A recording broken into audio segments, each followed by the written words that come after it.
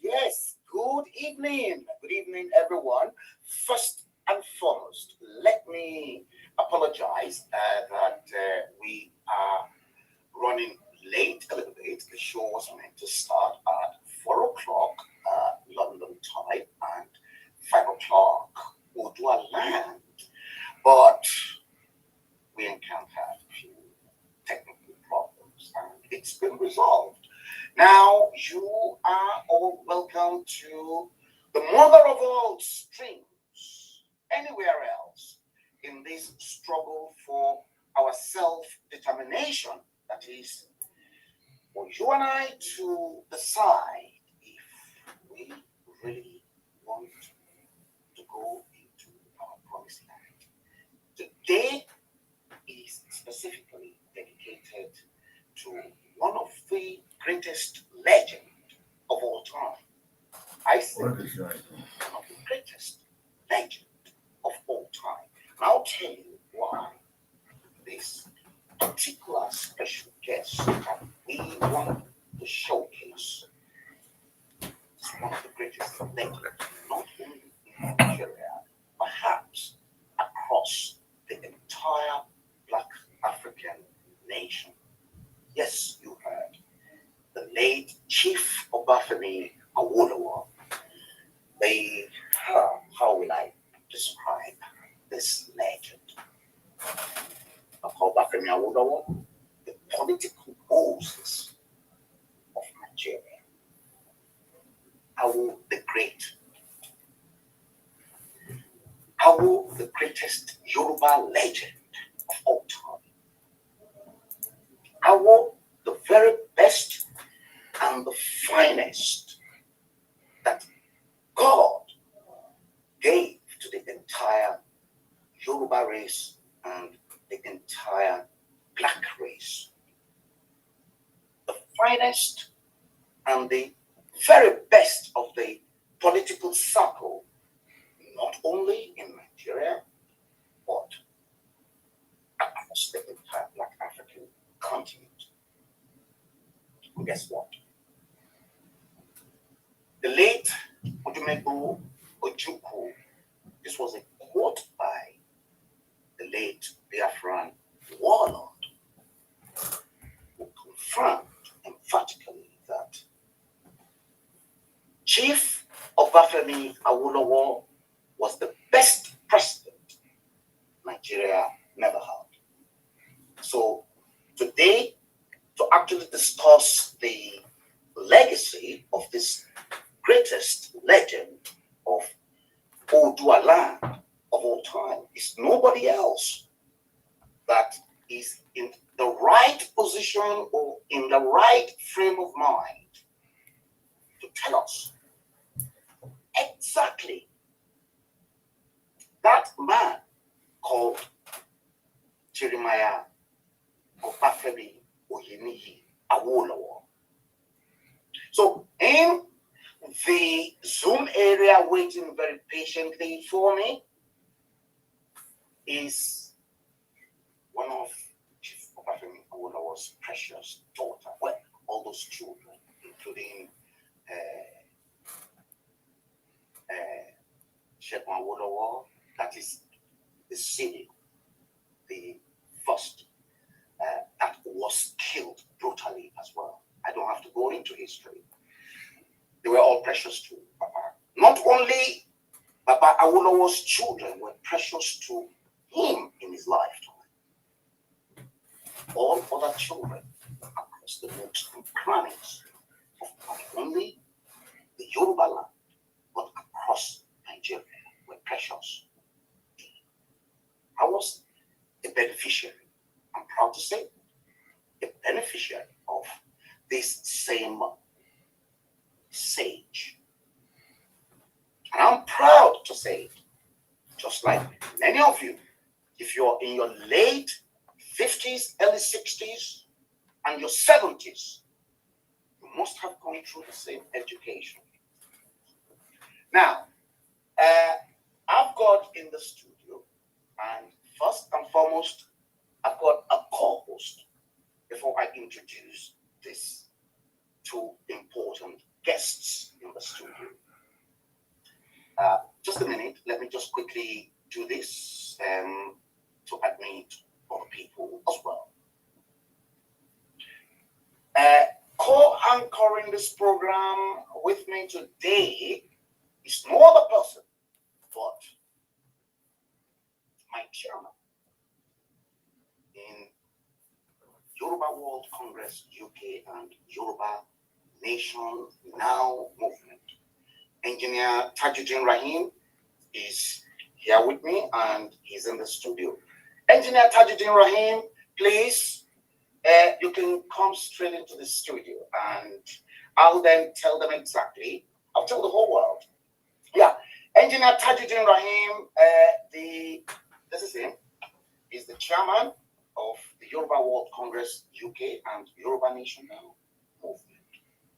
Now, let me quickly just say this to each and every one of you, that on the Zoom, in the Zoom area, and those of you that are watching the stream live on the different feeds and from all the different platforms, we've got two sessions.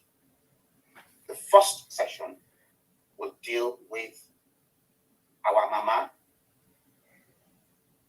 and that our mama is no other person but the daughter of Baba Awolowo himself.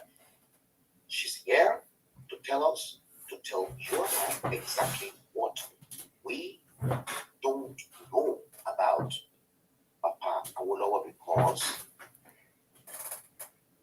she happened to come out of, she's probably one of the luckiest women that came out of the loin of late stage. Very intelligent woman, a medical doctor by profession, our former ambassador to Holland.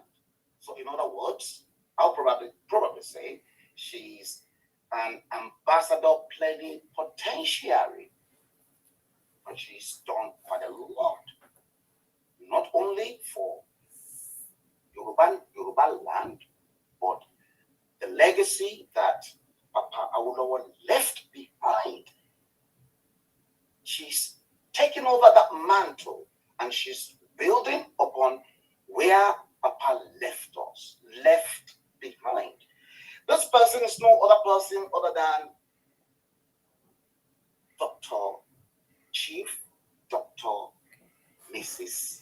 Olatokunbo Awolowo Dosumu.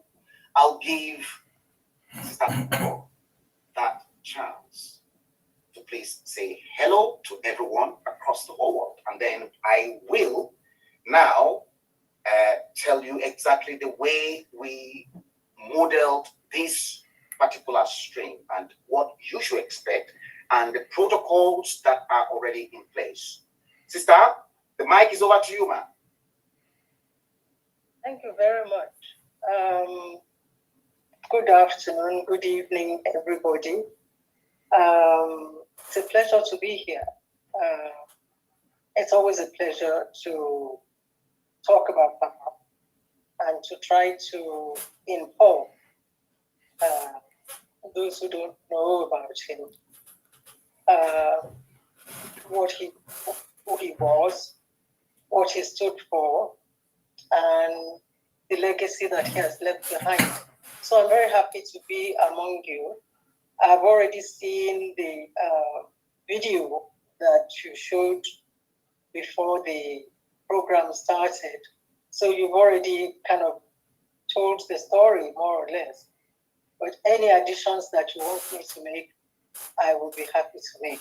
So I welcome everybody who is here. And, I'm glad to be among you. Thank you very much. Thank you very much, sister. Please, we have to strictly observe the protocol. If you are not talking or you are allowed to talk, please, I will strongly indulge you to please mute yourselves because we want this stream to flow accordingly. Now, Engineer Tajuddin Rahim will handle the first part of the stream with Sister Tokumbo. And the second part will deal with Chief Boyega Adejumo. Without any further ado about nothing, those of you that are streaming this particular mother of all streams from the diaspora, please, you've been given the permission to showcase them from your different platforms because we want this message to go far and wide to reach every Yoruba sons and daughters across the whole world. Engineer Tajuddin Rahim, maybe you want to start and you want to take over the microphone? Yes, over to you. Thank you very much. I really thank you, Baba Bello, for all your help and work on this project. Antimi, thank you very much again for coming, joining us here today. All the time that we call you, you answer us, not because you just answer us because you're Yoruba, a woman, but you answer us as a mother to the rest of Yoruba people. So I will say Eshegon for coming back to us again. I remember last year when we started this Yoruba self-determination mindset. You were there with us. If you could remember, we staged an interview with you with Dr. Moradin in the UK at Heritage. And you came in. Everybody they were still talking about that interview because you gave us quite a lot of insight as to what Yoruba people are. Where are we? Where are we going? Here we are again. Because when it's your moteba shubu awuwaju. Recording in progress.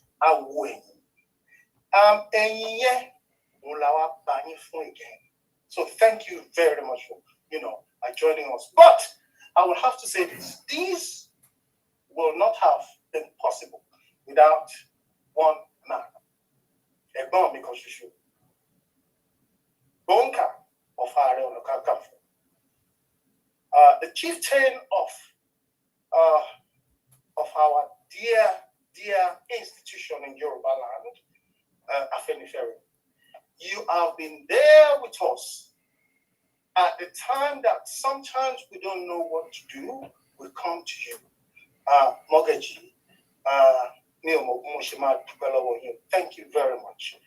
Without taking too much of time, I want to say this. Thank you very much, Excellency. You are a mother, also a medical doctor. At the time that Yoruba people were going back and forth, you even gave yourself up to represent Nigeria and Netherlands. And of course, not only that, but the most important thing you've been doing for the past many decades now is that you are the chairperson of Awolowo Foundation. Probably many people don't even know that you make sure that what number of people, the makers and the shakers of our lands, they still come back and they ask you, please, can I go into Papa Awo's library to go and learn, to go and read? People like, in fact, Roman, they're still doing that. How many people does that? At the same time, many people don't even know that you've been harassed for what you stand for. Today, we will first of all go through what Baba has done, and then we will start asking you what number of questions. But it is for education, for people who doesn't know, so that they can learn. I will start by saying that Awolowo, he developed the Western region to a point that the Western hemisphere, where we are today, they were jealous to say, how could a man in Africa be able to do that? Remember, we're talking about Western Hotel, which Premier Hotel were there, Lafayette Hotel, Ibadan, Lagos Airport Hotel. I am still coming. I want everybody to sit by, take your tea, or whatever it is, and see exactly the mind that we Yoruba has. The Western Nigerian Development Corporation, perhaps most people don't even know that. We're talking about the agriculture development that Baba has done. We are talking about 20,517 acres of land. Correct. Baba did. I bet how many people could do even 10% of it today. We're talking about WNBC. Yeah. Western Nigeria Broadcasting Corporation. Exactly. How did we got to that? By a particular man. We're talking about the Nigerian Limited producing asbestos roofing sheets. Not that today we're going to China to get all this. We were producing it in our land by this same man. We're talking about the national banks, Wema Bank. Who knows Wema Bank today? That it came out of, what Awolowo did. We're talking about Nigerian General Insurance. We're talking about Great Nigerian Insurance, Gravio, Entroven, and Koi, vegetable oil. Today we are going to every country to go and even import vegetable oil. What is nonsense? Cocoa producing industry at Ogba, Ikeja. The site is still there, but the reason why Awolowo put it there, how many of Yoruba people knows that? We are going to be talking about that. Odudua Textile, Europe Iron Limited, we know we were producing our own iron. It's the same mine that came out of this mine. The fisheries, the cartoon, the Ebe plywood, Asaka paint, Nigerian Craft and Bag Limited, and so on. Let me just carry on. Not to talk of Odudua investment. Do you know how many things that came out of it? If you want to allow people to come in. Yes. We will talk about that. Obafemi Awolowo was ahead of peer until today. No living disease in Nigeria has surpassed his achievement. It's true. And that is why when we are talking about we Yoruba, the meaning of our national, our identity, if we don't talk about Awolowo, it's not complete. Ladies and gentlemen, I want to ask each and every one of us today to also again thank Ambassador, Her Excellency Awolowo, for joining us today. Thank you very much, ma'am. Mama, if you can unmute yourself, ma'am. Yeah, I will do that. Yeah, do that, yeah. You don't need to unmute again, because that is just only you.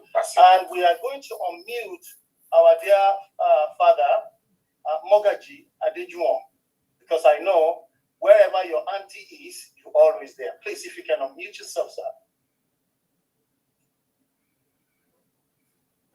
Let me see if I can. You can do that. Your Excellency, I want to ask,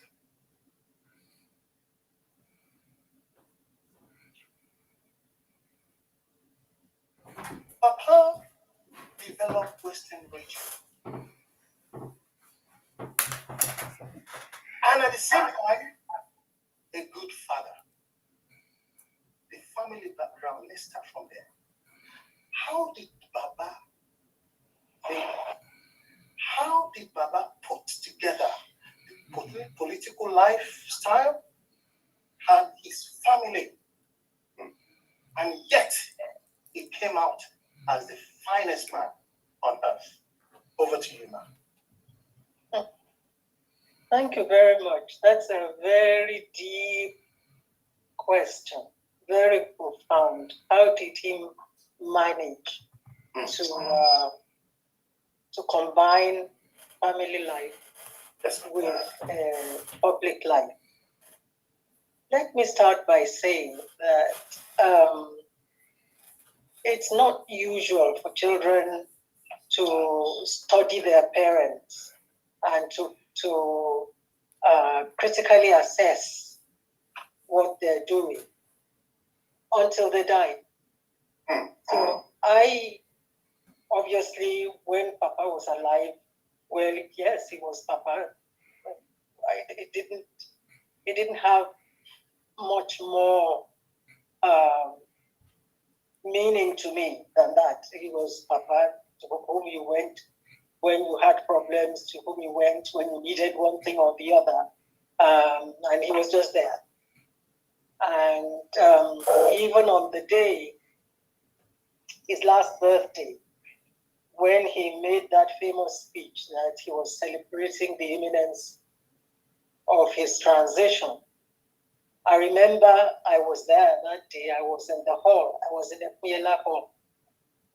But I just took it as Papa waxing philosophical again. I mean, it washed over my back. So I have only been able to critically look at our life together with him after he died. And I came to a very firm conclusion, in my own humble opinion, that everything Papa was, everything that he did, was divinely arranged.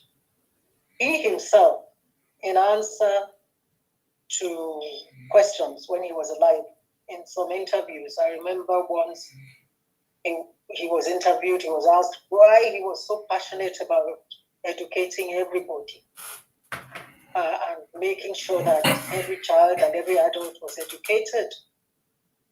And he answered very simply that he thought it was divine, that it was a divine calling. He didn't call it a calling, but he said it was divine. He said because he asked himself that question sometimes. That's what he said. He said he thought that perhaps because he had such a hard time acquiring education, and that was why he was so passionate that no other child should go through the kind of horrors that he went through to acquire education. He said, but then he realized that there were some other people who went through similar horrors that he went through, but would rather every other child went through the same horrors or even worse, and he couldn't really care less. So what I'm saying is that Papa, from a very young age, made up his mind what he was going to do, how he was going to engage with the Nigeria state. The kind of things that he wrote and the thoughts that he had as a young man in his 20s are quite unusual. Very, very unusual for a young person. And then he married Mama, who was for him a godsend. Theirs was a marriage made in heaven. It was a union that was divinely arranged. I have no doubt at all about that. Because throughout, until Mama breathed her last, her guiding principle was always, what would Papa say? Even when he was no longer with us. What would Papa want me to do in this situation? That was always the question he asked. And then, towards the end, what am I going to tell Papa about this when I get to the other side? So she was chosen for him by God. I believe that very, very strongly. Because after all the crisis that they went through, 1962 to 66, and for Papa to now come back in 1977 and so on, to say he wanted to go back into politics. And all Mama said was, well, okay, so what do you want me to do? How do we start again? She didn't, most women would have said, in this house, anybody that wants to talk politics cannot cross that gate to come into the compound. That's what most women would have said, but she didn't. Okay, so I'm saying that when we were growing up with him, somehow, as children, we also understood that he had a mission. We did not demand too much of him. We didn't demand too much of his time. We didn't give him a hard time. We just got out of the way and allowed him to do his things he needed to do. And we're very happy for those brief moments that he was able to give to us. And those moments, he always made sure they made them count. And they were very, very important. He would talk to us, he would, pep talks, and he would advise us. When we became adults, married with our own children, and he said things to us like, none of you can spoil my name again. You know that my name has a life of its own. That if you use it well, it will work for you. If you don't, you're on your own. He said things like that, and even he acknowledged that there was a bigger force in his life than he himself. He knew that. So life with him was lovely. It was really lovely. He did things like keep biscuits and chocolates in his room to give to us when we were good, and things like that, things that others do. He did that. And he made sure he kept in touch and knew how we were doing in school, even when he was in prison. Yeah, let me come in quickly, ma'am. Let me come in quickly, because you just made mention of when you were at school. Right now, we can see that quite a number of our elites in the country, they couldn't even send their children to any school, even in Nigeria. Of course, not to talk of in the country. But at your time, and with the level of position that Papa owned at that time, I am not sure, but I want you to tell me, were you also at the public school just as anybody Yoruba person. Is that Absolutely. true? Can you tell us Absolutely. a little bit about that, man? Yes, we were. When we were young, some of his colleagues, judges and some businessmen, sent their children to school in the UK, but not him. He was determined that we would acquire our education here in Nigeria. And when the free education program was started, we were there. I was in a public school, so was my immediate senior sister, Mrs. Shirley. Both of us were in UMC, demonstration school in Ibadan. And all his colleagues in the cabinet, Chief Williams, Chief Ogedengbe, all of their children, they went to the local government schools, IDC and things like that. We were all in those schools because they were confident of the quality of education that would be given there. And so, yeah, we went to those schools together with the children of his staff, and it was all, we were never encouraged to think that we were different or we were any better than any other children in the neighborhood. Thank you very much. Let me quickly come in again. And quite a number of people, they don't even know this. Mama Gideolu, her contribution, not only supporting Baba, but at the same time to the realization of every Yoruba man. Okay? But please tell us, ma'am, what are the difficulties Mama went through? Because definitely, quite a number of people don't understand that, particularly when Baba was in prison. And Mama did not compromise. For that reason, please, ma'am, over to you. We want the world. Yes. Mama went through a lot, so much. She used to have to go and visit him in prison, which was, so she had to move to Lagos, first of all. She had to move when they were sent out of their official residence in Bell Avenue. She had to rent accommodation on Ikorodu Road.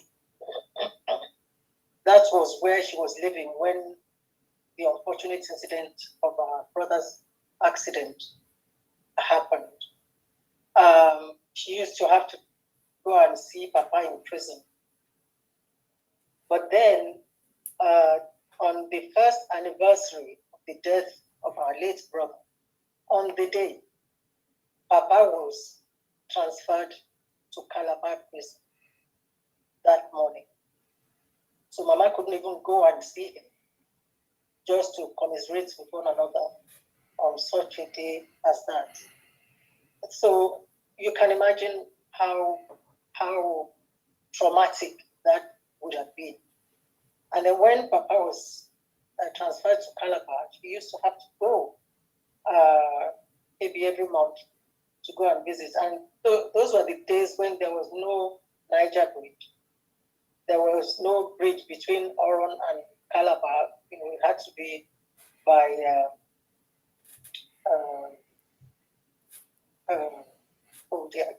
you had to go on the river.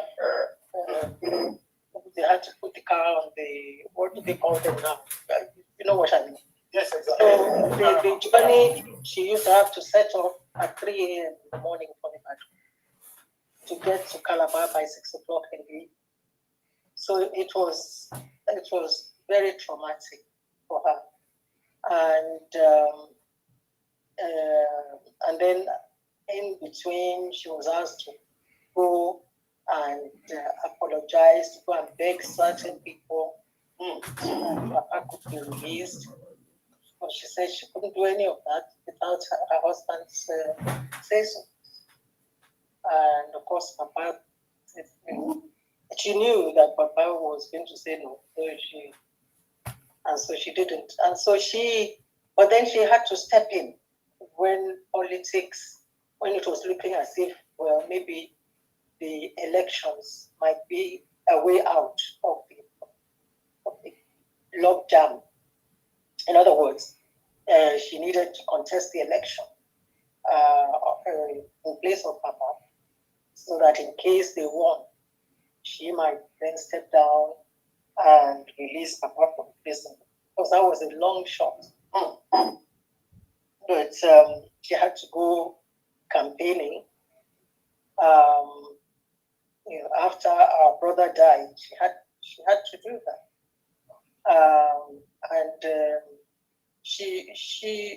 She rose up to the occasion, I have to say.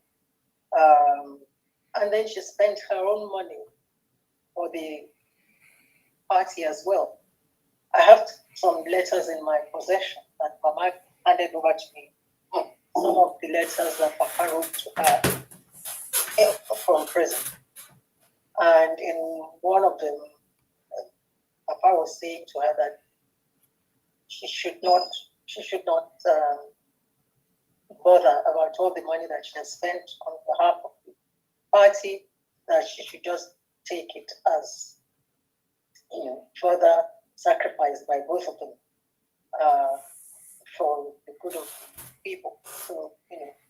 So I do know that she was spending her money. Yes. Let me quickly come in because we're talking about our dear Mama, Dideolu, and quite a number of Yoruba people don't even know that even after the passing of Baba, Mama actually formed that Yoruba Unity Forum. Yes. And to bring all the Yoruba people together, and particularly, and this is where it's coming to how Afeni Ferry came into, into the whole thing. Please, can you let the whole Yoruba people to understand that? Because we know that same Yoruba Unity Forum, you are still taking very good care of that charity. Over to you, ma'am. Yes. The Yoruba Unity Forum was formed, I think, in 2009, when it seemed as if there was so much discord among the leaders in the leadership rank in the Yoruba nation.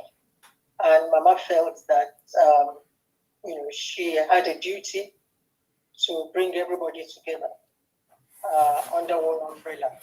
Since the Egwemo Dudua was no longer in existence, this would be a socio-cultural grouping where parties wouldn't be relevant, but the interests of the Yoruba people within Nigeria. So that was why she formed that.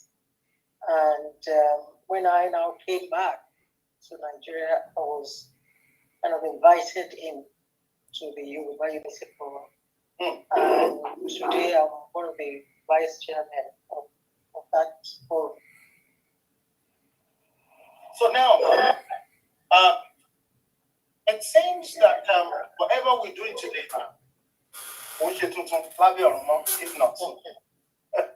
And because we're talking about how Afenifere Action Group, Yoruba Unity Forum, Yoruba Summit, Yoruba World Congress, it's not new to you, ma'am. And it seems you've been on this for a very long time. To a point that you were even harassed, that many people don't even know this. Please, ma'am, tell us, what is the difficulty?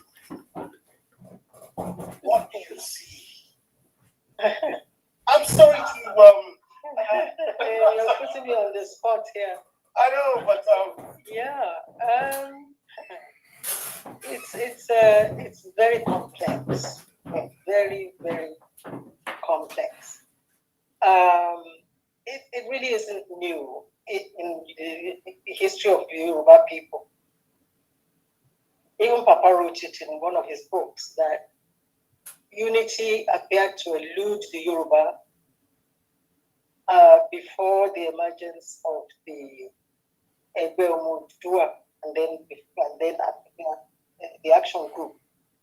But he was blessed to have become a rallying point for the Yoruba people, such that by 1979, the voting in the Southwest was over 99% for the party that he led at the time, the Unity Party of Nigeria. So he became a rallying point, first of all, because he had left such a fantastic record of administration in the Western region.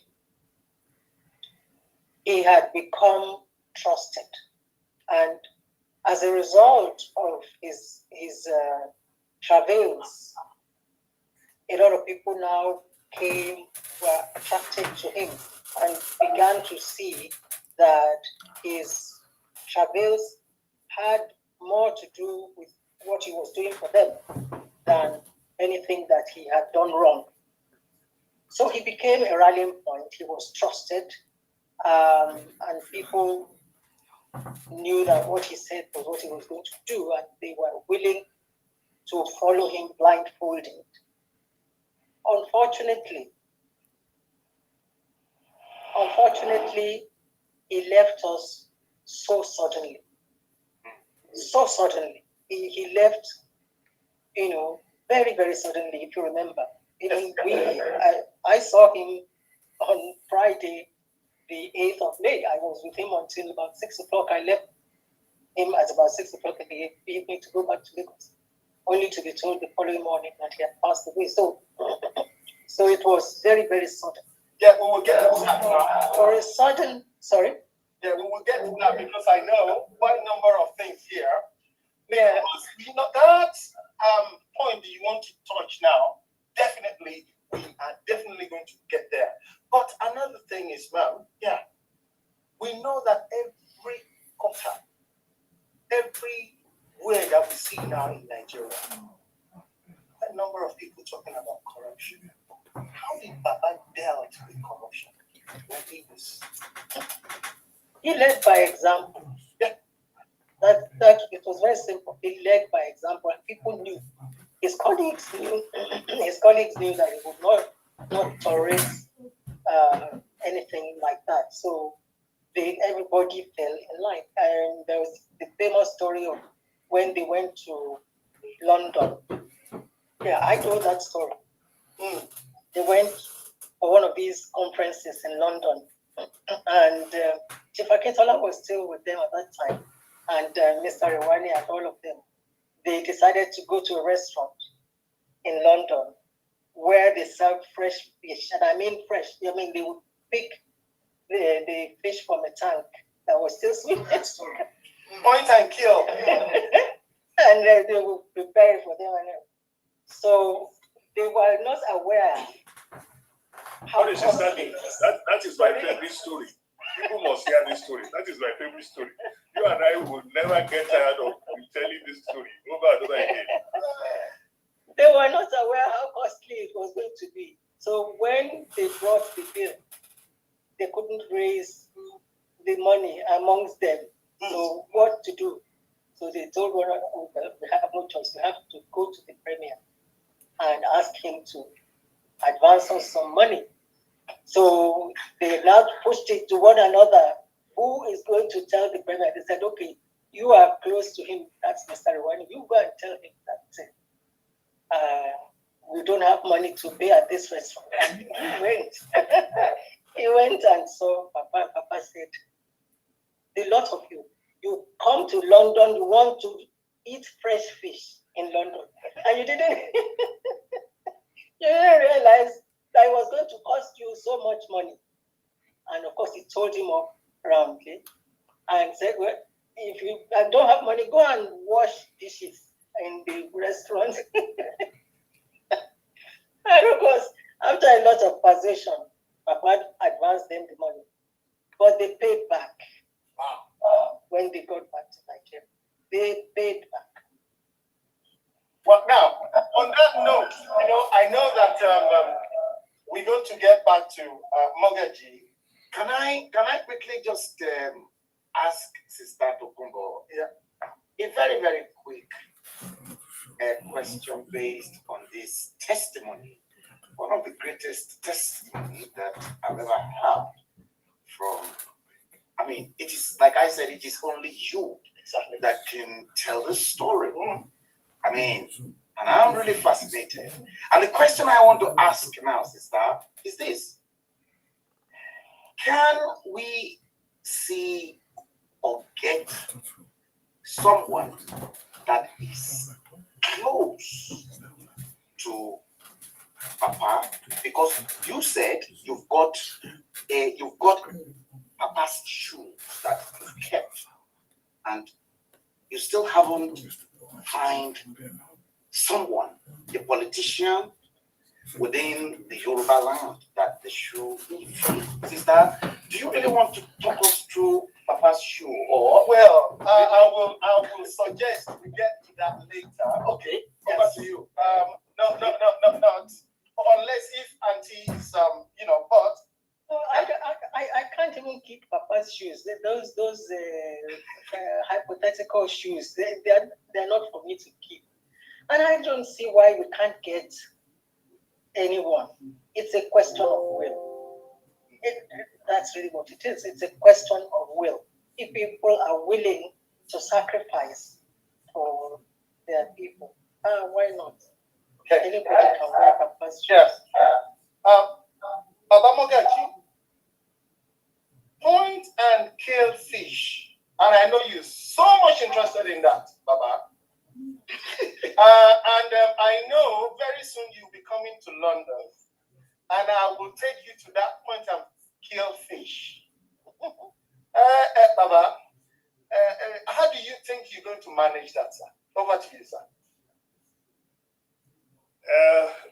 There are many things that one will learn along the way of the sage and the scribe that Papa was. And We can't see your face. ever since, We can't see your face, so We can't see your face, Mogaji. I don't know what is happening with the video. I'm trying to I think switch it off and come back. okay. I don't know why it is blurred. Oh, I really don't know. we can see the floor, and we can see all the beautiful marble I tiles. think you just have to turn the camera on the phone We around. can see the beautiful marble tiles. I'm using an iPad. Yeah, and I turn it think- around. Yeah, turn it It might around. be that the camera is turned the other way. Yeah, exactly. Yes, maybe you want to. And I've been trying to see if I can get it to turn my way. But if I could just, let me see if I can get it to turn my way. Yeah, because the viewers will like to see your face. You've got a lot of fans, especially here in the UK. I definitely don't like them to see the rough things that are in my room. I'd rather they see my face. It's just that the camera, I can't seem to understand why the camera is not showing my face. That's all Yeah, right. that's all right. Okay, Let's carry on. you carry on, Baba Mogaji. Yes. Okay. Well, along the way, growing up and getting to know so much about Papa, I actually saw Papa twice in my life. And then I was at Ikene when Papa died with my late brother, because my late brother was always about Papa. He actually went and bought those hats, the trademark hats of Papa. Papa, I had asked from my darling sister about his lifestyle. The few things that I want to pick. Papa was a good dresser. Papa was sartorial. Papa knew how to dress well. I tried to do that. Papa ate sparingly. I tried to do that. Papa would love to read. I love to read so much. I can't just get tired of reading. And in terms of the fish aspect, anytime I'm like planning to go to Ikene, I will call sister and say, sister, I am coming. She knows what that means. Sister, you want to tell them what it means when I come to Ikene? Jabu rice. I am rice. Yes. I am asking to the extent that wherever I may be within the space, say Ibadan or whatever, sister will send Ayamase to me. And that Ayamase has a history. The woman who is making it, or who's making it at the present, was the daughter of the woman who used to make it for Papa. Correct. So you can see how far I have gone without being able to incur so much about fish. But know fully well that when I come to the UK, you are going to have to buy that fresh fish.